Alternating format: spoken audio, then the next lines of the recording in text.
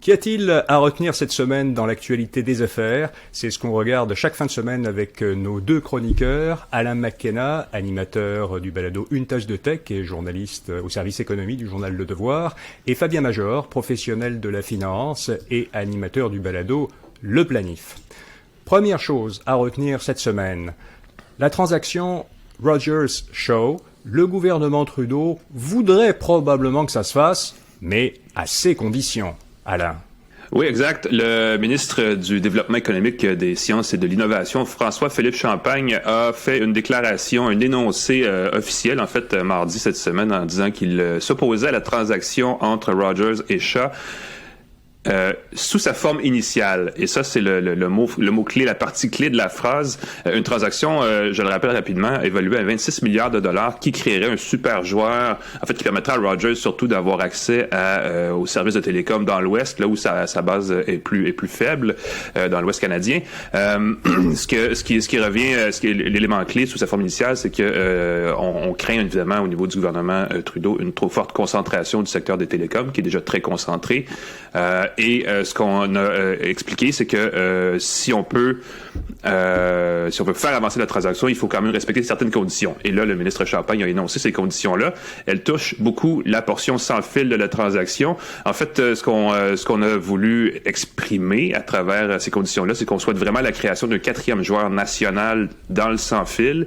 Et là, on a essentiellement nommé ce joueur-là. Ce serait Québécois, à travers sa filiale Vidéotron, qui, on le sait, là, pourrait se porter acquéreur à travers cette entente-là des ondes du réseau de Freedom Mobile qui appartient présentement à Shaw et qui passerait ainsi dans les mains donc de Québécois. Et ce que M. Champagne a dit essentiellement, c'est qu'on veut que si cette transaction-là survienne, que Vidéotron accapare le réseau de Freedom Mobile et en soit propriétaire et l'utilise pendant au moins 10 ans. Donc pas question ensuite de revendre ou de le fractionner ou peu importe. Et ils ont demandé aussi à ce que Québécois s'engage à respecter sa carte de tarif au Québec et l'applique au reste du Canada. Parce que Vidéotron a fait de la concurrence, a amené une concurrence quand même assez forte dans le marché du Québec, qui n'existe pas dans le reste du Canada. Et l'obsession, on a l'impression, du gouvernement Trudeau, c'est de faire en sorte qu'il paraisse bien en faisant baisser que la transaction, s'il autorise la transaction, que la transaction fasse baisser les prix dans le reste du Canada. Exact. On s'en aperçoit pas ici, mais les tarifs sans fil sont 20% plus élevés en moyenne ailleurs au Canada qu'au Québec. Donc déjà, d'arriver avec un joueur qui jouait ces bas tarifs-là au Québec, ailleurs au pays, ça pourrait avoir un effet à la baisse sur les tarifs en général. Et c'était un peu le rôle de Freedom Mobile aussi régionalement dans l'ouest du Canada de jouer cette espèce de carte de tarifs à la baisse. Donc ce serait une façon de garder ce rôle-là et de faire baisser les tarifs. Et on le sait, depuis des années, c'est la volonté du gouvernement Trudeau de dire on veut plus de concurrence parce qu'on croit que ça va faire baisser les prix. Et là, essentiellement, ce que le ministre Champagne a fait, c'est qu'il a imposé cette vision des choses-là à la transaction, en tout cas aux gens qui veulent que la transaction se réalise. Alors ce sont des conditions sévères, mais dont je crois comprendre que peut-être qu'elles pourraient se réaliser. Les joueurs seraient peut-être prêts à l'accepter. Cela dit, on n'est pas encore sûr que la transaction va se faire parce qu'il y a d'autres étapes à passer. Non, exact. Rogers et Shaw étaient devant un commissaire à la concurrence, un commissaire fédéral à la concurrence à la fin de cette semaine pour présenter une offre révisée qui ferait l'affaire d'un peu tout le monde. Cette offre-là a été rejetée par le commissaire, donc c'est un travail à refaire, surtout pour Rogers, en fait, qui veut absolument faire passer la transaction.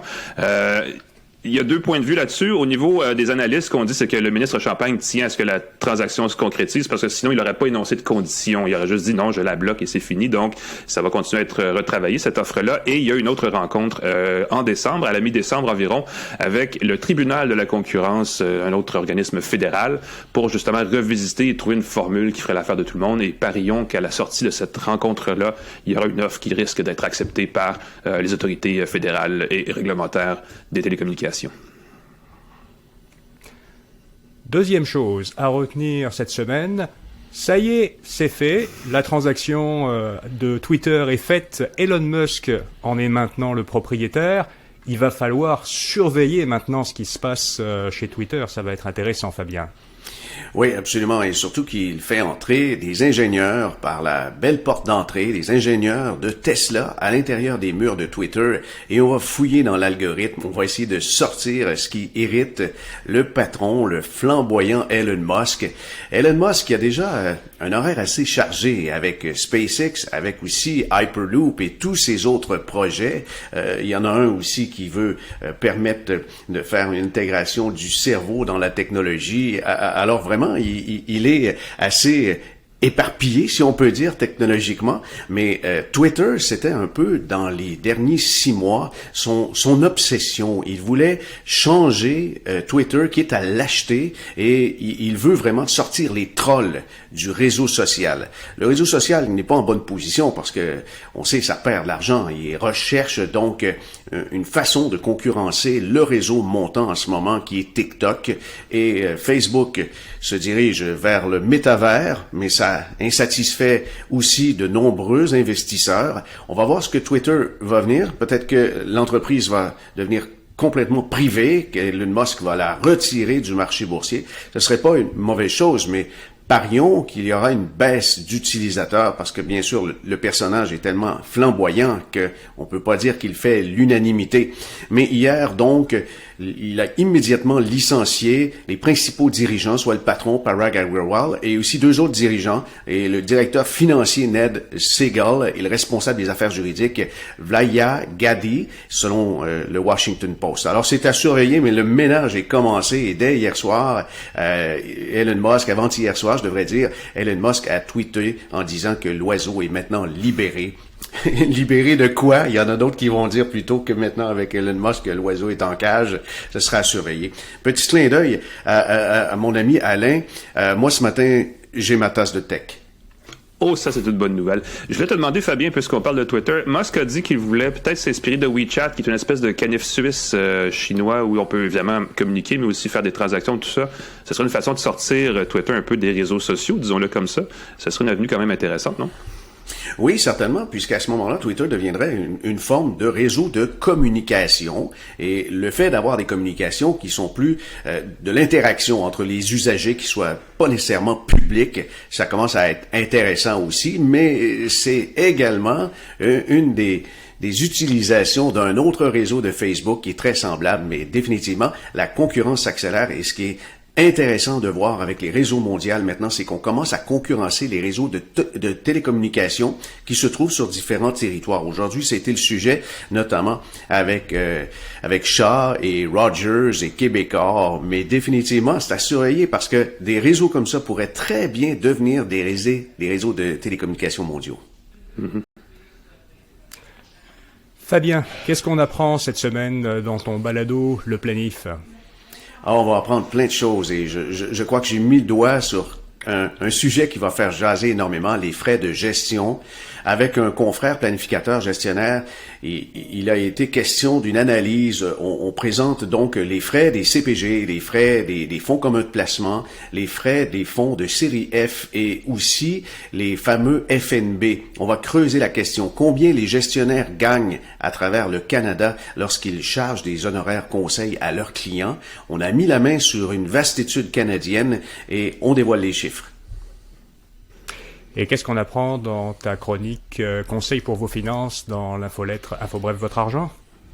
Eh bien, les taux d'intérêt ont continué leur ascension au Canada, mais en même temps, il y a des signes d'apaisement évidents en ce qui concerne l'inflation. Et j'énumère donc toutes sortes de signes avant-coureurs qui nous font dire finalement que la période de hausse continue des taux d'intérêt tire peut-être à sa fin. Alain, qu'est-ce qu'on apprend cette semaine dans ton balado Une tasse de tech? Ben, on a invité des gens du secteur québécois du jeu vidéo pour parler de l'état de santé du jeu vidéo au Québec. Il y a beaucoup de choses qui se sont passées la semaine dernière. Il y avait la conférence Megamix, qui est l'espèce de grosse conférence internationale qui a lieu à Montréal et qui vraiment réunit la plupart des poids lourds du secteur. Donc on en parle, on a fait le point sur la situation dans la balado cette semaine. Et qu'est-ce qu'on apprend dans ta chronique sur les meilleurs produits techno dans l'infolettre InfoBref Votre Argent? On revisite les nouveautés Surface que Microsoft a présentées il y a à peu près 2 semaines. Elles sont présentement en train d'être mises en marché. Une nouvelle tablette, un nouvel ordinateur portatif, un nouveau super ordinateur tout en un à 6 000 $, donc qui n'est pas nécessairement donné, mais qui a quand même des belles qualités. On fait le tour de ce qui est nouveau dans ces nouveaux produits-là. Merci à tous les deux. On vous retrouve comme chaque fin de semaine dans l'épisode à retenir du balado InfoBref Votre Affaire, donc épisode vidéo en une dizaine de minutes que vous pouvez regarder sur YouTube, aussi sur la chaîne TikTok maintenant d'InfoBref, et bien sûr dans le flux du balado InfoBref Affaires. Et moi, je vous donne rendez-vous dès lundi matin, comme toutes les semaines du lundi au vendredi, pour vous donner l'essentiel des nouvelles économiques et financières en moins de 5 minutes dans le balado InfoBref Affaires, que vous pouvez écouter sur votre plateforme de balado préférée, également également sur YouTube et aussi sur Alexa. Il y a un Skills maintenant qui vous permet de vous réveiller avec moi si le cœur vous en dit. Merci beaucoup, à bientôt.